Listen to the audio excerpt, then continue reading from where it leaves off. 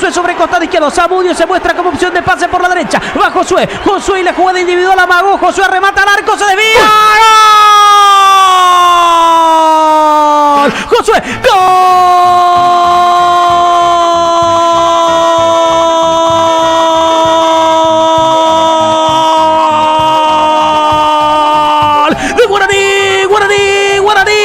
Josué Colmán, por fin se animó el indio, decían los comentaristas. Guaraní se anima y gana este partido.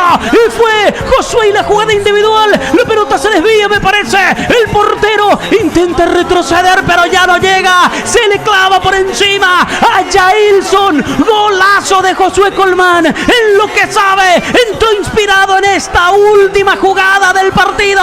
Y el indio se lleva un triunfo de oro de tierras brasileñas.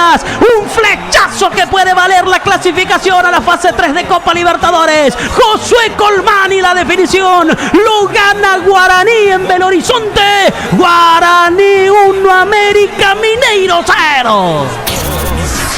800. Maxi Biancucci. Y qué premio, señores, lo de Guaraní, qué premio, porque el partido se había presentado desfavorable con un equipo brasileño encima y un Guaraní demasiado atrás, pero decíamos, José Colmán tiene que jugar ahí, tiene que jugar de extremo, de punta. Estaba muy preocupado por la subida del lateral y hace un enganche, la agarra en un contraataque, en una defensa abierta, se lo lleva contra la línea, contra el vértice, le engancha para la izquierda, para la pierna derecha, saca un sablazo, la pelota que se desvía y se le cola en el ángulo un Guaraní que se trae un resultado de oro, señores.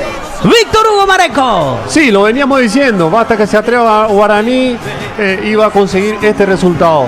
El equipo brasileño atacó siempre. Este es el premio para Guaraní de la parte defensiva, que hicieron un trabajo impecable, empezando del arquero hasta el mediocampo y también la delantera. Después de esto de Josué Colmán, qué jugada, qué gol.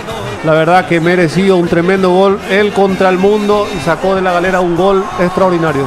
El primero del indio. A los 45 minutos de esta segunda etapa.